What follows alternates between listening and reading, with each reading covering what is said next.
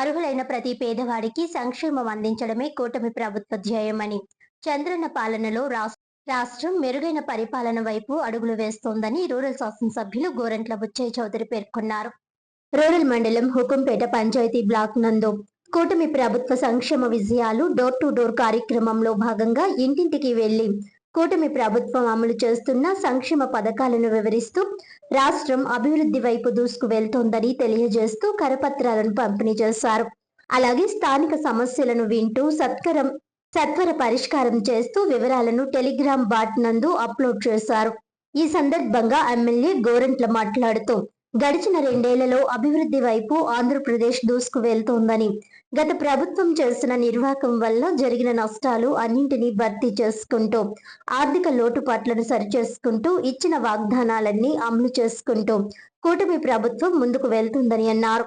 గ్రామాలు, పట్టణాలు అభివృద్ధి ధ్యేయంగా ప్రణాళికతో వెళ్తున్నామని, వాటిలో భాగంగా గ్రామాల్లో మౌలిక సదుపాయాలు కల్పించే విధంగా ప్రజల అభిష్టం మేరకు రోడ్లు మరియు డ్రైనేజీలు నిర్మిస్తున్నామని తెలిపారు. రూరల్ నియోజకవర్గంలో గడిచిన 2 ఏళ్లలో అభివృద్ధి సంక్షేమ పథకాలు కలిపి 2,000 కోట్ల రూపాయలు పైచిలుకు ప్రజల కోసం ఖర్చు చేశామని తెలిపారు. హుకుంపేట గ్రామంలో 12 కోట్ల రూపాయలతో అభివృద్ధి పనులు చేస్తున్నామని, ఇప్పటికే చాలా పూర్తి చేశామని, త్వరితగతిన మిగతా పనులు కూడా పూర్తి చేస్తామని తెలిపారు.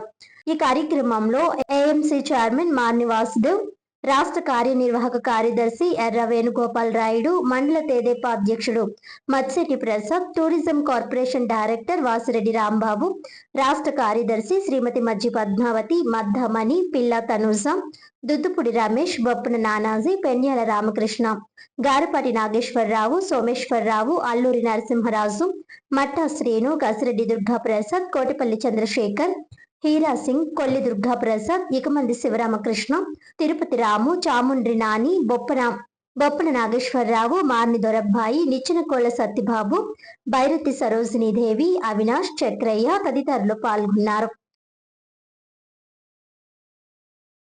తల్లికి వందనం వేశారు.